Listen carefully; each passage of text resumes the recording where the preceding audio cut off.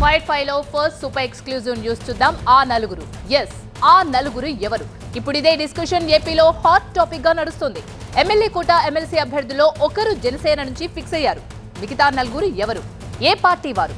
ఏ ప్రాంతం? ఏ సామాజిక వర్గం వారంటూ చర్చలు ఊపందుకున్నాయి. రేపటితో నామినేషన్ల గడువు ముగుస్తుండటంతో ఏ క్షణమైనా అభ్యర్థుల్ని ప్రకటించే అవకాశం ఉంది. ఏపీ ఎమ్మెల్యే కోట ఎమ్మెల్సీలపై కొద్ది రోజులుగా కూటమిలో కసరత్తు కొనసాగుతోంది. 5 ఒక స్థానాన్ని మిత్రపక్షం జనసేనకు కేటాయించారు. మిగతా 4 స్థానాల కోసం టీడీపీలో తీవ్ర పోటీ నెలకొంది. దాదాపు 30 మంది పోటీ పడుతున్నారు. అయితే సీనియర్లకు అవకాశం ఇచ్చే ఆలోచనలో టీడీపీ ఉన్నట్టు తెలుస్తోంది. బీసీ ఎస్సీలతో పాటు ఒక ఓసీకి అవకాశం ఇస్తారన్న ప్రచారం జరుగుతోంది. అలాగే ఈ దఫలో బీజేపీకి ఎమ్మెల్సీ ఇస్తారా లేదా అనే దానిపై కూడా ఇవాళే క్లారిటీ రానుంది. బీసీల నుంచి రేస్లో ప్రధానంగా బుద్దా వెంకన్న, బీదా రవిచంద్ర పేర్లు వినిపిస్తున్నాయి. అలాగే ఎన్నికలకు ముందు ఎమ్మెల్సీలకు రాజీనామా చేసి టీడీపీలో చేరిన జంగా కృష్ణమూర్తి పేరు పరిశీలనలో ఉందంటున్నారు. రెడ్డి సుబ్రహ్మణ్యంతో పాటు మాజీ మంత్రి, సీనియర్ నేత కేఈ ప్రభాకర్ కూడా రేస్లో ఉన్నారు. ఎస్సీ మాల సామాజిక వర్గం నుంచి కోడుమూరు నియోజకవర్గానికి చెందిన ప్రభాకర్ పేరు తెరపైకి వచ్చింది. మాజీ మంత్రులు పీతల సుజాతతో పాటు పరాస రత్నం పేరును అధిష్టానం పరిశీలిస్తోంది.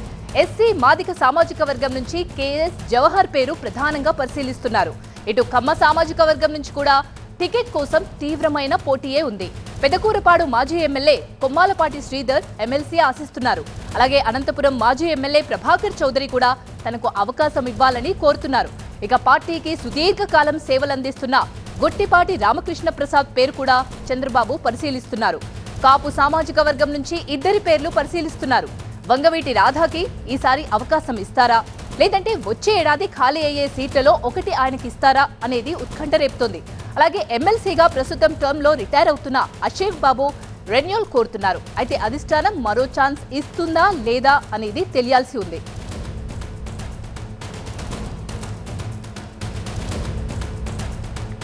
ఇక పూర్తి సమాచారాన్ని మా ప్రతినిధి నాగరాజు అందిస్తారు. నాగరాజు, ఆ నలుగురు ఎవరా నలుగురు? ఏ సామాజిక వర్గం వారు? ఎవరికి ఇస్తారు అనే ఉత్కంఠ సర్వత్రా నెలకొంది. మరి ఏ సామాజిక వర్గం వారికి ఇస్తారు, ఎలా ఇస్తారు, పూర్తి అప్డేట్స్ ఏంటి? ఎమ్మెల్యేల కోటాకు సంబంధించి 4 ఎమ్మెల్సీలు కూడా ఇప్పుడు దక్కే అవకాశం ఉండడంతో టీడీపీలో తీవ్ర పోటీ నెలకొందని చెప్పాలి. మరొక వైపు టీడీపీతో పాటు మిత్రపక్షమైన బీజేపీ కూడా ఒక స్థానాన్ని ఆశిస్తుండటంతో అభ్యర్థుల ఎంపిక అనేది మాత్రం కత్తి మీద సాంలా మారింది. అయితే తీవ్ర పరిశీలన అయితే జరుగుతూ ఉంది. ఎవరెవరికి ఇవ్వాలి అనే దాని మీద అనేక కోణాల్లో కూడా ఈ ఆలోచనలు అయితే కొనసాగుతూ ఉన్నాయి. చంద్రబాబు ప్రధానంగా సీనియర్లకి ఈసారి ఇవ్వాలి అనేది ఒక రూల్గా పెట్టుకున్నట్లుగా తెలుస్తుంది. దాని ప్రకారం సీనియర్లు గతంలో ఎవరైతే మండలిలో పనిచేశారో వాళ్ళలో అవకాశాలు వచ్చే అవకాశం ఎక్కువగా కనిపిస్తూ ఉంది. అయితే సామాజిక వర్గాల వారీగా పెద్ద ఎత్తున కసరత్తు జరుగుతుండటంతో ఏ సామాజిక వర్గానికి వస్తుంది, అలాగే ఓసీ, బీసీ, ఎస్సీ ప్రధానంగా ఈ 3 కేటగిరీల నుంచి కూడా ఒక్కొక్క అభ్యర్థిని ఎంచుకునే అవకాశం ఉంది అనేది కూడా తెలుస్తుంది. కాబట్టి ప్రధానంగా ఓసీల నుంచి అయినట్టయితే కాపు సామాజిక వర్గానికి సంబంధించి ప్రధానంగా కనిపిస్తుంది కూడా 2 కనిపిస్తూ ఉన్నారు. కాబట్టి కాపు సామాజిక వర్గంలోని ఎవరైతే ఉన్నారో అశోక్ బాబు లేదా అదేవిధంగా రాధా కూడా ఇచ్చే అవకాశం కనిపిస్తుంది. మిగతా పేర్లన్నీ కూడా పరిశీలన ఉన్నాయి. ఏ సమయంలో అయినా జాబితా వచ్చే అవకాశం అయితే కనిపిస్తుంది. ఈ రాత్రికి లేదా రేపు ఉదయానికి మాత్రం జాబితా ఖచ్చితంగా వచ్చే అవకాశాలు కనిపిస్తున్నాయి. Right, thanks for the update Nagar. ఇక ఫైట్ ఫైవ్ లో సెకండ్ ఎక్స్క్లూజివ్ వార్త. తెలంగాణలో కూడా అదే సస్పెన్స్ కంటిన్యూ అవుతోంది. సామాజిక వర్గాల వారీగా ఎవరికి ఛాన్స్ ఇస్తారు అన్న ఉత్కంఠ నెలకొంది. ఒక్కో ఎమ్మెల్సీ స్థానానికి 3 పేర్లతో పీసీసీ లిస్ట్ రెడీ చేస్తున్నట్లు తెలుస్తోంది. రాత్రికి అభ్యర్థుల పేర్లను ప్రకటించనున్నారు. ఓసీ కోటా నుంచి పోటీ ఎక్కువగా కనిపిస్తోంది. వేం నరేందర్ రెడ్డి, కుసుమ కుమార్, పారిజాత నరసింహారెడ్డి, సామ రామ్మోహన్ రెడ్డి, జగదీశ్వర్ రెడ్డి పేర్లు రేస్లో ఉన్నాయి. ఇక బీసీ నుంచి రేస్లో ఇరవత్రి అనిల్, కొనగాల మహేష్, జర్పేటి జైపాల్, గాలి అనిల్ ఉన్నారు. మరోవైపు ఎస్సీ సామాజిక వర్గం నుంచి అద్దంకి దయాకర్, జ్ఞాన్ సుందర్, దొమ్మటి సాంబయ్య, రాచమల్ల సిద్ధేశ్వర్ తమకు అవకాశం ఇవ్వాలని అధిష్టానాన్ని కోరుతున్నారు. అలాగే ఎస్టీ నుంచి బెల్లయ్య నాయక్, బానోత్ విజయాబాయ్, రేఖా నాయక్ రేస్లో ఉన్నారు. ఇక వేం నరేందర్ రెడ్డి కోసం సీఎం రేవంత్ ప్రయత్నాలు చేస్తున్నట్లు తెలుస్తోంది. ఇటు కుసుమ కుమార్ కోసం సీనియర్ల లాబింగ్ నడుస్తోంది. ఇక ఇప్పటికే ఢిల్లీలో మకాం వేశారు జగ్గారెడ్డి. ఓసీల్లో కమ్మ వర్గానికి అవకాశం ఇవ్వాలంటున్నారు ఆయన. ఇటు సిపిఐ కూడా ఓ సీట్ ఆశిస్తోంది. అందులో భాగంగానే కాసేపట్లో సిపిఐ కార్యవర్గం భేటీ కానుంది. కాంగ్రెస్ ప్రభుత్వం ఎమ్మెల్సీ ఇస్తే వెంటనే అభ్యర్థిని ప్రకటించేలా ప్లాన్ చేస్తోంది సిపిఐ. అయితే రేస్లో చాడ వెంకటరెడ్డితో పాటు నెల్లికంటి సత్యం పేర్లున్నట్లు తెలుస్తోంది. మొత్తంగా ఇంత పోటీలో ఎవరిని ఫైనల్ చేస్తారన్నది ఉత్కంఠ రేపుతోంది. మా సీనియర్ కరెస్పాండెంట్ ప్రభాకర్ మరింత సమాచారం అందిస్తారు. ప్రభాకర్, రేపే నామినేషన్లకు చివరి తేదీ. ఇప్పటి వరకు కాంగ్రెస్ ప్రకటించలేదు. మరోవైపు సిపిఐకి సీట్ ఇస్తుందా లేదా అన్న విషయంలో కన్ఫర్మేషన్ లేదు. మరోవైపు లాస్ట్ మూమెంట్ వరకు వెయిట్ చేసి ఇప్పుడు బీఆర్ఎస్ తమ అభ్యర్థిని నిలబెడతామంటున్నారు. సో ఎవ్వరికి ఎలాంటి క్లారిటీ లేదు. మరి ఏం జరగబోతోంది? ఎప్పుడు క్లారిటీ వచ్చే అవకాశం కనిపిస్తోంది? కరెక్ట్గా 12 గంటలు టైం ఉంది అంతే నామినేషన్ వేయడానికి. ఇప్పటికి కూడా ఏ పార్టీ కూడా తమ అభ్యర్థిని ప్రకటించలేదు. కాంగ్రెస్ పార్టీ దాదాపు 3 రోజుల నుంచి ఒక సస్పెన్స్ థ్రిల్లర్ను తలపిస్తుంది. సీఎం ఢిల్లీ వెళ్ళడం, మళ్ళీ రావడం, ఇక్కడ అభ్యర్థులు అందరూ కూడా పేపర్లు రెడీ చేసుకొని రెడీగా ఉన్నారు. కానీ ఇప్పటివరకు అభ్యర్థులు ఎవరనేది తేలట్లేదు. ఇప్పటికే ఒక్క క్లారిటీ అయితే ఇచ్చారు. ఇప్పటివరకు అయితే అది కూడా ఒక క్లారిటీ ఇచ్చామని ఒక లీక్ అయితే ఇచ్చారు. దాంట్లో సిపిఐకి ఒక సీట్ని కేటాయించడం ఖాయమని చెప్తున్నారు. సిపిఐ రాష్ట్ర కార్యవర్గం కూడా భేటీ కాబోతుంది. దీంట్లో 2 పేర్లు ఉన్నాయి. నెల్లికంటి సత్యం ఒకటి, చాడ వెంకటరెడ్డి ఒకటి. అప్పుడు మునుగోడు సీట్ను త్యాగం చేసినందుకు సిపిఐ పట్టుపట్టింది. కాంగ్రెస్ పార్టీ కూడా ఒక హాజిల్ ఫ్రీ అనుకుందో ఏమో, అందుకే సిపిఐ కూడా కన్విన్స్ అయినట్టుగా అనిపిస్తుంది. ఎందుకంటే 4 సీట్లు కాంగ్రెస్ పార్టీకి గెలిచే అవకాశం ఉంది కాబట్టి ఇప్పుడు ముగ్గురిని 3 కేటగిరీలలో సెలెక్ట్ చేయాల్సి ఉంది. ఒకటి ఎస్సీ, ఎస్టీ, బీసీ, ఓసీ దీంట్లో సెలెక్ట్ చేయాల్సి ఉంది. కాకపోతే ఇప్పుడు 4వ స్థానాన్ని సిపిఐ కేటాయించారు కాబట్టి బీసీ, ఓసీ, ఎస్సీ దీంట్లో ఈ 3 స్థానాల కోసమే ప్రధానమైన పోటీ నడుస్తుంది. ఈ కేటగిరీలలో అభ్యర్థులకు సంబంధించి ప్రాబబుల్స్ లిస్టును కూడా పంపించారు. కేసీ వేణుగోపాల్ ఖర్గేతో కూడా భేటీ అయ్యారు. దాని తర్వాత ఏఐసిసి నుంచి పీసీసీకి మాట్లాడనున్నారు. పీసీసీ నుంచి మెరిట్ రిపోర్ట్ కూడా పోయింది, ఎవరెవరు మెరిట్లో ఉన్నారనేది.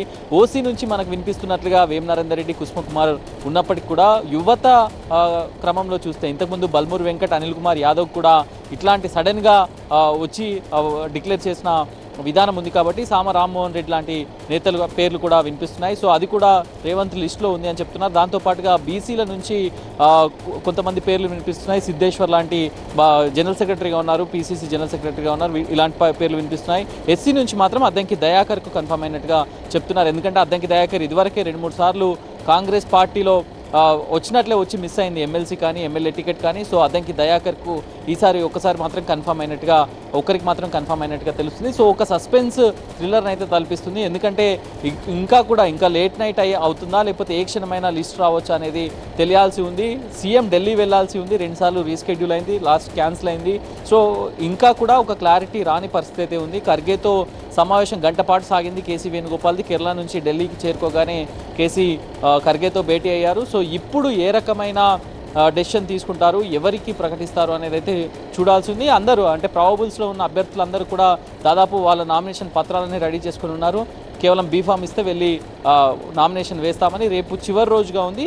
అటు బీఆర్ఎస్ కూడా ఇంకా క్యాండిడేట్ను ప్రకటించలేదు. బీఆర్ఎస్ కూడా 2-3 ఆప్షన్స్ పెట్టుకున్నట్టుగా తెలుస్తుంది. కాంగ్రెస్ ప్రకటించబోయే అభ్యర్థులను, సామాజిక సమీకరణాలను ఇవన్నిటిని చూసుకొని బీఆర్ఎస్ కూడా ప్రకటించే అవకాశం అయితే కనిపిస్తుంది. ఎస్ ప్రభాకర్. ఎస్ఎల్బీసీ టన్నెల్లో 16వ రోజు కూడా రెస్క్యూ ఆపరేషన్ కొనసాగుతోంది. టన్నెల్ ఎండ్ పాయింట్లో 2 స్పాట్స్ గుర్తించి అక్కడ తవ్వకాలు జరుపుతున్నారు. టన్నెల్లో మినీ జేసీబీలతో శిథిలాలను తొలగిస్తున్నారు. దీంతో టన్నెల్లో ఒక మృతదేహాన్ని గుర్తించాయి రెస్క్యూ బృందాలు. తవ్వకాల్లో మనిషి చేతిని ఐడెంటిఫై చేశారు. టన్నెల్ బోరింగ్ మిషన్ లో డెడ్ బాడీ ఇరుక్కున్నట్టుగా నిర్ధారణకొచ్చారు. అయితే రెస్క్యూ ఆపరేషన్ కి టీబీఎం మిషన్ విడిభాగాలు అడ్డుగా మారాయి. వాటిని పూర్తిగా తొలగిస్తేనే లోపలికి వెళ్లే అవకాశం ఉండడంతో ఇవాళ రాత్రికి మృతదేహాన్ని బయటకు తీసే అవకాశాలు కనిపిస్తున్నాయి. పూర్తి డీటెయిల్స్ మా ప్రతినిధి శివకుమార్ అందిస్తారు. శివకుమార్, ఎస్ఎల్బీసీ టన్నెల్లో ప్రమాద ఘటన జరిగిన తర్వాత 16 రోజులు గడుస్తున్నా ఇంకా రెస్క్యూ ఆపరేషన్ అయితే కొనసాగుతుంది. ఎట్టకేలకు నిన్న సాయంత్రం నుంచి ఈ రెస్క్యూ ఆపరేషన్ కొలిక్కి వచ్చినట్టుగా అయితే తెలుస్తుంది. ఏదైతే కేరళ నుంచి వచ్చినటువంటి క్యాడవర్ డాగ్స్ ఐడెంటిఫై చేసినటువంటి 2 స్పాట్స్లో ఒక స్పాట్లో ఒక మనిషి మృతదేహం అనేది లభించింది. ఇప్పటికే అక్కడ తవ్వకాలు అయితే కొనసాగిస్తున్నారు. మొదటగా డాగ్ ఐడెంటిఫై చేసినటువంటి స్పాట్లో తవ్వకం జరుపుతుండగా కొద్ది లోతు తవ్విన తర్వాత అక్కడ మొదటగా ఒక బాడీకి సంబంధించినటువంటి చెయ్యి కనిపించింది. ఆ తర్వాత ఒక్కసారిగా అక్కడ ఉన్నటువంటి రెస్క్యూ టీమ్స్ మరింత వేగంగా ఆ చుట్టూ మొత్తం తవ్వకాలు అనేది వేగంగా కొనసాగిస్తూ ఉన్నారు. దాదాపుగా ఇవాళ రాత్రికి లేదా రేపు తెల్లవారుజామున లోపల ఆ డెడ్ బాడీని బయటికి వెలికి తీసేటువంటి అవకాశం ఉన్నట్టుగా అయితే తెలుస్తుంది. ఇక మరోవైపు మిగిలినటువంటి స్పాట్లో కూడా ఇప్పటికే తవ్వకం అనేది వేగంగా కొనసాగిస్తూ ఉన్నారు. ఎందుకంటే మొదటి స్పాట్లో కొంత మనకు ఫలితం ఇచ్చిన నేపథ్యంలో రెండో స్పాట్ పైన కూడా ప్రధానంగా దృష్టి పెట్టి అక్కడ కూడా శరవేగంగా ఈ తవ్వకాలు అనేది కొనసాగిస్తున్నటువంటి సిచ్యువేషన్ అయితే చూస్తూ ఉన్నాం. ఇక మొదటి స్పాట్లో తవ్వకాలు కొంత ఆటంకం ఎదురవుతోంది. ఎందుకంటే అక్కడ టీబీఎం మిషన్కి సంబంధించినటువంటి శకలాలు పెద్ద ఎత్తున పేరుకుపోవడం, ఒకదాని మీద ఒకటి పడి ఉండడంతో ఈ కటింగ్ చేసి అంటే గ్యాస్ ద్వారా కటింగ్ చేసి దాన్ని తొలగించాల్సినటువంటి పరిస్థితి ఉంది. అయితే ఒక్కొక్కటి తొలగిస్తున్న కొద్దీ ఆ శకలాలు అనేటివి ఎదురవుతున్నటువంటి సిచ్యువేషన్ ఉంది. వాటిని కట్ చేసుకుంటూ మెల్లిమెల్లిగా డెడ్ బాడీని బయటికి తీసేటువంటి ప్రయత్నం అయితే జరుగుతుంది. ఇక మిగిలినటువంటి వారికి గల్లంతున్నటువంటి ఆచూకీ గురించి అయితే ఇప్పటివరకు ఎలాంటి స్పష్టత లేదు. మరొకసారి ఇవాళ మధ్యాహ్నం సమయంలో క్యాడవర్ డాగ్స్ను మళ్ళీ టన్నెల్ లోపలికి తీసుకెళ్లడం జరిగింది. ఇంకేమైనా స్పాట్స్ ఐడెంటిఫై చేస్తుందా, లేదంటే దానికి సంబంధించి దాని చుట్టుపక్కల ఇంకేమన్నా అనుమానిత స్పాట్స్ ఏమైనా ఐడెంటిఫై చేస్తే మరొకసారి మరిన్ని బృందాలతో అక్కడ తవ్వకాలు జరిపించాలనే ఆలోచనలో రెస్క్యూ టీమ్స్ ఉన్నతాధికారులు అయితే ఉన్నారు. Right, thank you Shivakumar. 5-12 fourth topic చూద్దాం. బర్మా, బంగ్లాదేశ్ యువతుల విక్రయం సహా అక్రమ చొరబాట్లపై ఎన్ఐఏ ఇన్ డెప్త్ గా విచారణ చేపట్టింది. చెంచల్గూడ జైలు నుంచి నిందితుల్ని 3 రోజుల పాటు కస్టడీలోకి తీసుకున్నారు ఎన్ఐఏ సిఐ సెల్ అధికారులు. రహస్య ప్రాంతంలో 2వ రోజు విచారణ కొనసాగుతోంది. ఉగ్రవాద కార్యకలాపాలు, ఆర్థిక నేరాలకి సంబంధించి ఇటీవలే ఖైరతాబాద్ లో ఎఫ్ఐఆర్ నమోదైంది. ఈ కేసులో పీటీ వారెంట్ పై 6 నిందితుల్ని కస్టడీలోకి తీసుకుని ప్రశ్నిస్తున్నారు. వీరికి ఆశ్రయం ఇచ్చిన వారి వివరాలు, ఆధార్ కార్డు ఎలా పొందారన్న అంశాలపై పిన్ పాయింట్ గా డేటా సేకరిస్తున్నారు. ఇక ఉమెన్ ట్రాఫికింగ్ పై చాదర్ఘాట్ పిఎస్ లో నమోదైన కేసులో 8 మంది నిందితుల్ని కూడా కస్టడీలోకి తీసుకుని ప్రశ్నించనున్నారు. ఈ నెల 11న కస్టడీలోకి తీసుకుని 13 వరకు విచారణ చేయనున్నారు. బంగ్లాదేశ్, బర్మా నుండి నిందితులు భారత్ లోకి ఎలా వచ్చారు, ఉగ్రవాద కార్యకలాపాలకి కుట్ర పన్నారా, వారికి లోకల్ గా సహకరించింది ఎవరు అనే కోణాల్లో ఆరా తీస్తున్నారు ఎన్ఐఏ సిఐ సెల్ అధికారులు. ఇదే అంశానికి సంబంధించి మనకి పూర్తి అప్డేట్స్ ఇవ్వడానికి మా టీవీ9 ప్రతినిధి రంజిత్ సిద్ధంగా ఉన్నారు. రంజిత్, చెప్పండి, బర్మా, బంగ్లాదేశ్ యువతుల విక్రయం సహా అక్రమ చొరబాట్లపై ఎన్ఐఏ ఇన్ డెప్త్ గా ఇన్వెస్టిగేషన్ చేస్తున్నట్లుగా తెలుస్తోంది. దీనికి సంబంధించి ఎటువంటి విషయాలు వెలుగులోకి వచ్చే అవకాశం ఉంది? అంటే గత నెలలో ఖైరతాబాద్ కావచ్చు, ఆ తర్వాత చాదర్ఘాట్ పోలీస్ స్టేషన్లో ఈ సంబంధించిన కేసు నమోదైన తర్వాత దాదాపు 18 మంది యువతులను కూడా పోలీసులు అదుపులోకి తీసుకున్నారు. అయితే వీరంతా కూడా బంగ్లాదేశ్ కావచ్చు, ఆ తర్వాత మయన్మార్ నుండి వెస్ట్ బెంగాల్ మీదుగా అక్రమంగా ఇండియాలోకి ప్రవేశించినట్టుగా కూడా గుర్తించారు. సో వీరి వెనకాల ఇంకా కుట్రకోణం దాగి ఉందన్నటువంటి కోణంలో కూడా ప్రస్తుతం ఎన్ఐఏ అధికారులు దర్యాప్తు చేపడుతున్నారు. సో ఇదే క్రమంలో ప్రస్తుతం నిందితుల్ని కస్టడీలోకి తీసుకొని విచారిస్తున్నారు. అయితే వీరికి ఇక్కడ ఐడి ప్రూఫ్స్ సమకూర్చేటువంటి క్రమంలో ఒక ఎన్జిఓకు సంబంధించిన పాత్రని ఎన్ఐఏ అధికారులు గుర్తించారు. కాబట్టి ఈ ఏజెంట్ల ద్వారా ఏ రకంగా ఎన్జిఓ ఐడి కార్డులను సృష్టిస్తుందన్నటువంటి అంశాలపై కూడా ప్రస్తుతం ఎన్ఐఏ అధికారులు దర్యాప్తు చేపడుతున్నారు. చాలామంది ఏదైతే బంగ్లాదేశ్ కావచ్చు, ఆ తర్వాత మయన్మార్ మీదుగా ఇండియాలోకి అక్రమంగా ప్రవేశించి ఇక్కడ కొంత వ్యభిచారం కావచ్చు, ఆ తర్వాత సైబర్కి సంబంధించిన మోసాలకు పాల్పడుతున్నటువంటి ఉదంతాలు కూడా వెలుగు చూస్తున్నాయి. కాబట్టి ప్రస్తుతం ఈ మొత్తం ఏదైనా స్పెసిఫిక్గా కుట్రకోణం ఏదైనా దాగి ఉందన్నటువంటి కోణంలోనే ప్రస్తుతం ఎన్ఐఏ అధికారులు దర్యాప్తు చేస్తున్నారు. ఎందుకంటే ఇతర రాష్ట్రాల్లో దర్యాప్తు చేసేటువంటి క్రమంలో కొంతమంది ఏజెంట్లకు కొంత ఐసీస్కి సంబంధించిన కార్యకలాపాలు వ్యవహారం వెలుగులోకి చూడడంతో కూడా ప్రస్తుతం ఎవరైతే ఇక్కడికి పట్టుబడినటువంటి వ్యక్తులు ఉన్నారో వీరికి సంబంధించిన పాత్ర పైన కూడా ప్రస్తుతం దర్యాప్తు చేపడుతున్నారు. అలాగే ఇక్కడ కొంతమంది ఏజెంట్లకు సంబంధించిన రోల్ పైన కూడా ఎన్ఐఏ అధికారులు సస్పెక్ట్ చేస్తున్నారు. కాబట్టి ఆ ఎన్ఐఏ అధికారులు సస్పెక్ట్ చేస్తున్నటువంటి వ్యక్తులు ప్రస్తుతం ఇదంతా కూడా కస్టడీలో నుండి వారికి సంబంధించిన స్టేట్మెంట్ రికార్డ్ చేస్తున్నారు. ఇక్కడ ఏదైతే దాదాపు చెంచల్గూడ జైలు నుండి మొత్తం 6 అదుపులోకి తీసుకున్నారు. అందులో 2 ఏజెంట్లు కూడా ఉన్నారు. సో ఈ ఏజెంట్లు ఇక్కడ ఉన్నటువంటి స్థానికంగా ఉన్నటువంటి ఎన్జిఓతో ఉన్నటువంటి సంబంధాలు ఏంటి, ఏ రకంగా వీరు ఇక్కడ వీరికి సంబంధించిన ఐడి ప్రూఫ్స్ని క్రియేట్ చేస్తున్నారు, ఇలాంటి అంశాలపై కూడా అధికారులు ప్రస్తుతం దర్యాప్తు చేపడుతున్నారు. ఇంకా ఎందుకంటే చాలా వరకు ఈ 18 మంది ఇప్పుడు పట్టుబడ్డప్పటికి మాత్రం ఇంకా ఏజెంట్లకు సంబంధించిన పాత్రపైన ప్రధానంగా దర్యాప్తు చేస్తున్నారు.